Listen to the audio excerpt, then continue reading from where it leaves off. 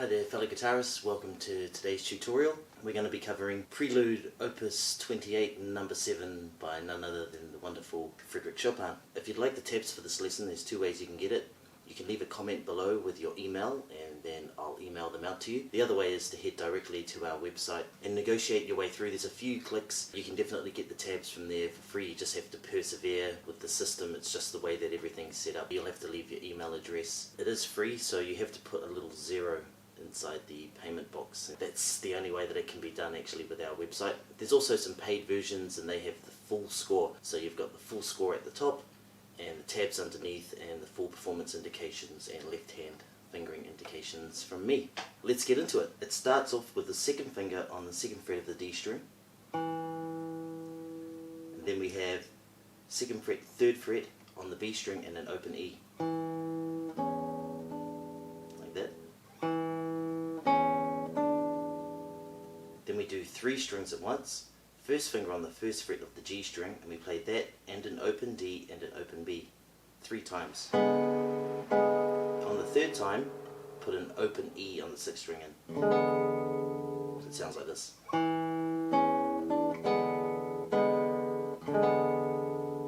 Then we move up and play 2 notes at the 7th fret on the G and B strings together. So it sounds like this.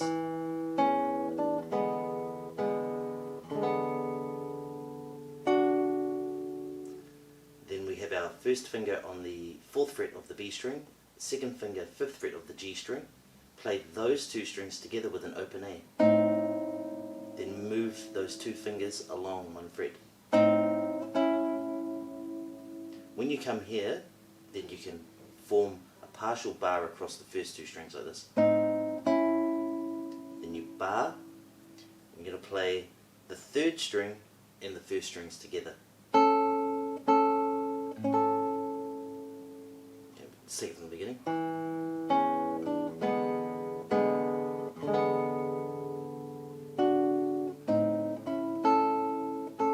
the 3rd one, you play the open A as well. So that's 5, 3 and 1.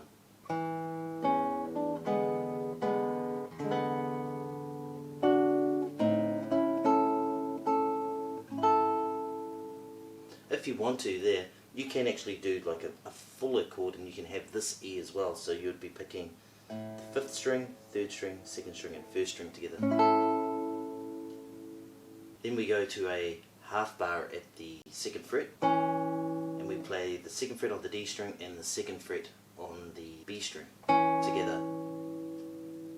We move to this chord, 2nd finger 3rd fret on the G string, 3rd finger 4th fret on the A string and an open E at the same time.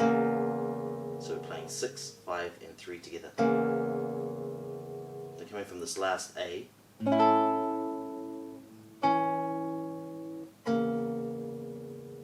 Then an open D and an open B. Then this shape that you had here, you just move it to these strings like this. 3rd fret of the B string and the 4th fret of the D string. Play them together like that. From this A chord, 1, 2, and you do it again with the open E in the bass. Like that.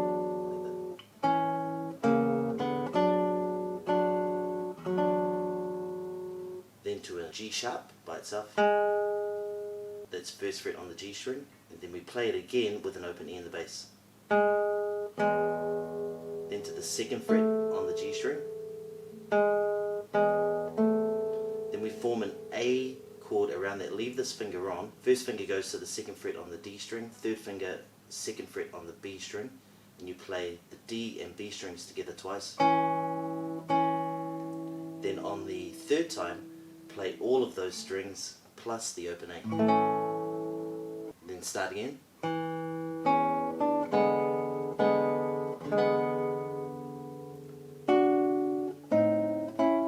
Now here, don't go to that bar. We're going to move along instead to the 9th fret, 3rd finger 9th fret on the G string, 4th finger 9th fret on the 1st string. Play those 2 strings twice. Then your 1st finger is going to go onto the 8th fret of the D string, 2nd finger 9th fret of the A string, and you're going to play 5, 4, 3 and 1. so if I take it from here,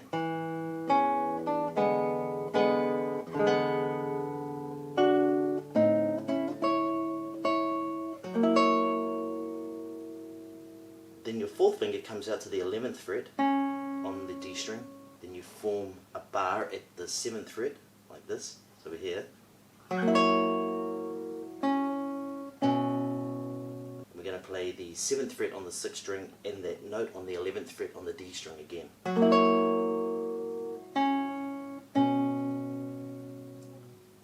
Then to the barred 7th fret on the G string. Third finger goes onto the 9th fret on the D string, and you're going to play the D string, G string and B string together. Then third finger comes off, play the same 3 strings again. Okay, that sounds like that from this chord. Then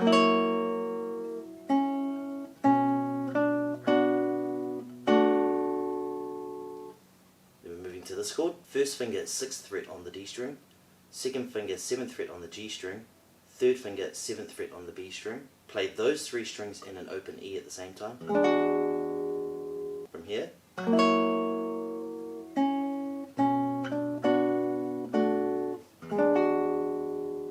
Then play the note on the 6th fret on the D string again by itself. Then open E and open B together. 7th fret on the D string. Then we have that sort of little bar again at the 5th fret and second finger 6th fret on the G string. And it's going to sound like this.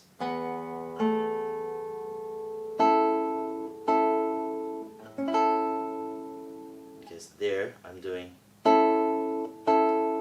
3, 2 and 1 together 2 times. And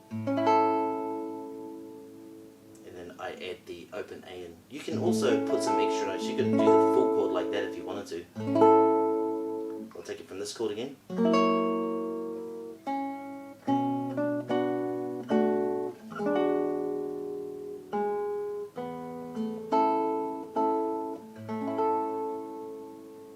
That's the entire piece. Let's have a look at how you can make this thing really sing as a musical performance. One of the ways to do that, and I talk about this in a lot of my other tutorials that you can check out, is playing around with the tone. The piece is very short, as you've heard, that's the entire thing. So we have to kind of come up with ways to make it exciting for the listener. So we can start off in the natural position. This is classed as a natural position. It's sort of just towards the back of the center of the sound hole. This is where most guitarists just kind of normally play. So we can start there.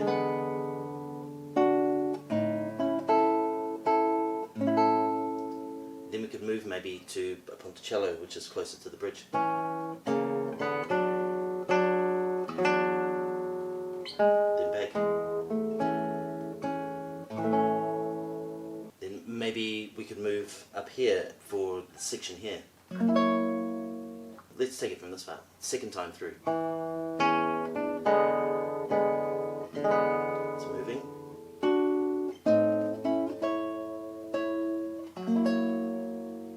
So there we have, we've moved to the sol tasto position, which means almost directly over the frets themselves, these high frets up here. If I wanted to, I could also use a rest stroke on that note there, just to give it a bit more of a, like tenuto, make it stick out a little more. And then slowly move back to the natural position after this chord.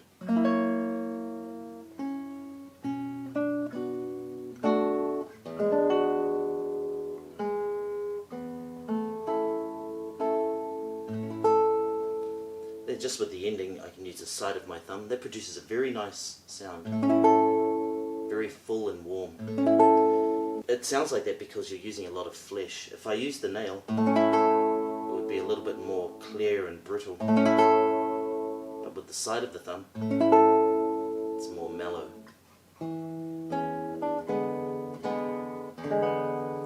Also, rhythmically speaking, you can rush these parts and then slow down the final chord like this.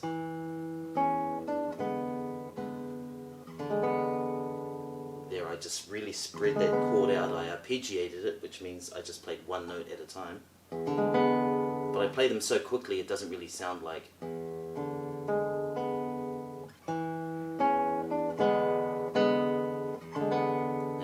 slightly paused before I played that last chord.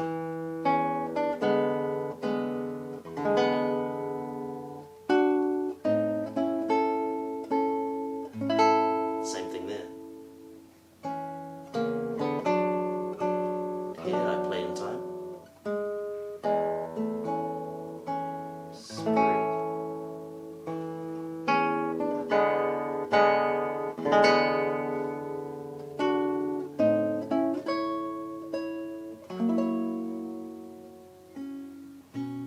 Drop the volume. There's a lot of things you can do there. After you play this chord, you can really drop that volume back, or it's called a diminuendo.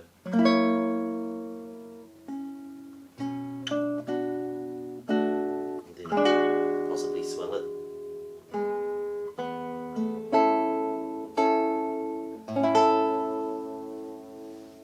Sometimes you can just let it flow with you, you know, however you're feeling at the time. It's not necessarily a sad song.